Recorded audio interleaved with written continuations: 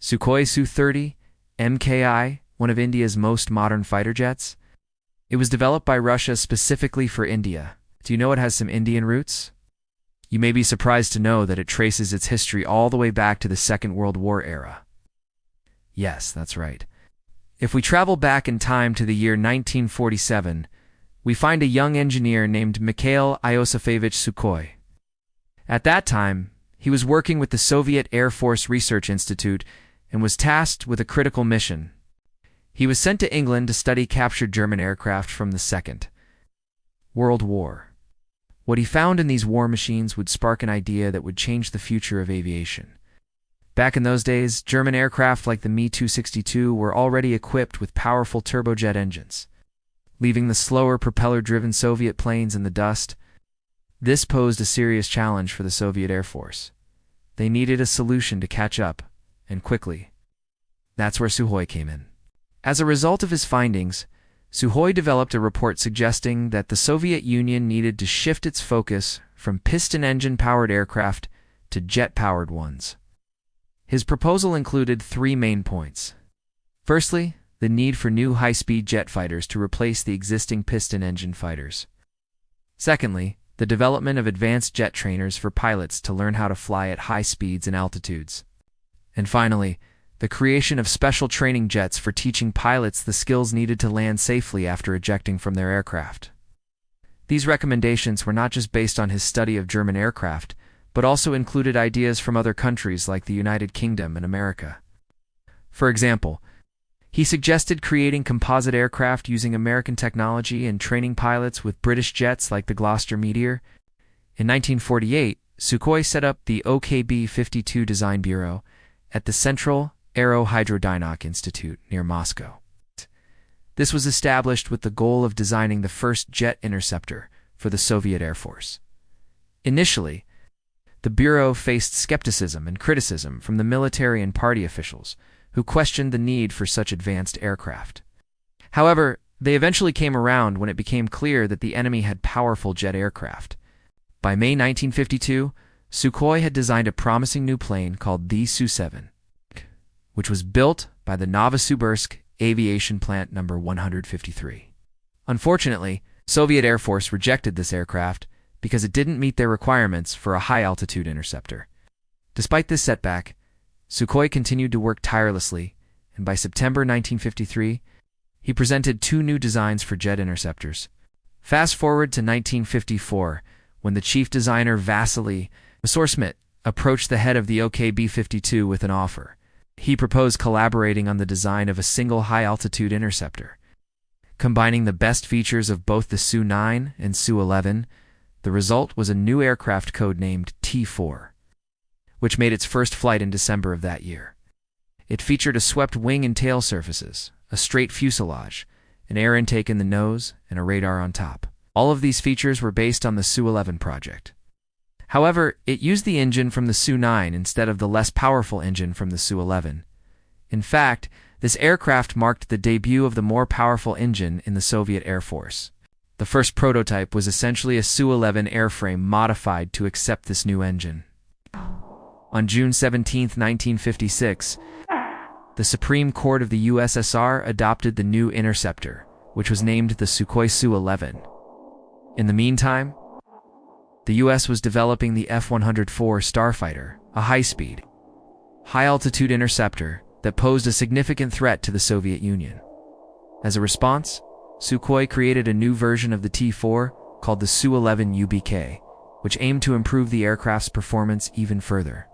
This model featured larger air intakes, modified wings with thicker leading edges, and a redesigned cockpit canopy. Interestingly, there was another Su-11 project that was slightly different from these models. The Su-11C of 1956 was designed as a training aircraft. It had the same dimensions and armament as the Su-11, but was powered by a single engine with the second engine removed. The twin-engine variant known as the Su-30MKI went into production in 1958 and was later given the NATO reporting name of Flogger. The single-engine variant was designated as the Su-11. Show production of the Su-11 was carried out at the Novosibirsk Aircraft Production Association and the plant in Tbilisi, Georgia. A total of 346 Su-11s were produced, with deliveries starting in December 1958 and continuing until October 1964. Of these, 187 were Su-11s and 159 were Su-11 UBKs. Additionally, 16 Su-11SH single-seat trainers were built. Interestingly, during the Cuban Missile Crisis of October 1962, 6 Su-11 UBKs from the 22nd Guards Fighter Aviation Regiment stationed in Anadyr, Russia played a crucial role. Their mission was to intercept and shoot down any American aircraft that entered Soviet airspace. Fortunately, they never had to fire their weapons. Over the years, the Su-11 has undergone numerous upgrades and improvements. The latest version, the Su-30, is still in service today. Despite its age, the Su-11 remains an impressive feat of engineering and a testament to Sukhoi's vision for the future of aviation. Now let's talk about the variants of this legendary aircraft. The Su-11SH was a single-seat trainer variant that was developed on the basis of the Su-11 UBK. It differed from the latter in having a single engine and the removal of the second cockpit. Only 16 were built. The Su-11 UBK was a twin-engine variant that was used for both interception and reconnaissance missions. It was powered by two VD7 engines, each producing 10,500 kilograms of thrust. The armament consisted of two NR-30 or NR-30UB semi-automatic 30mm cannons with 120 rounds of ammunition per gun. Some Su-11 UBKs were modified to carry a single 240mm aerial torpedo in addition to their cannons. This version was given the designation Su-11 UBK-TM. The Su-11 UBK was a modernized version of the Su-11 UBK. It featured improved engines, avionics, and armament. It was also equipped with a new air intake and exhaust system, as well as modified wings and tail surfaces. In addition to the standard Su-11 UBK, the Soviet Air Force also operated several two-seat variants for training in combat. These included the Su-11 UBL and Su-11 UBLM, which were basically versions of the Su-11 UBK, with the front cockpit modified to accommodate a second crew member. During the 1970s, a few Su-11s were converted into electronic warfare aircraft and designated as Su-11 UBK EVP. These aircraft were used to test new electronic warfare equipment and tactics. The production of the Su-11 was discontinued in 1964. Some of them remained in service until the early 1980s. The type was retired from the Soviet Air Force in 1989, but it continued to be used by the Russian Space Forces for test and research purposes.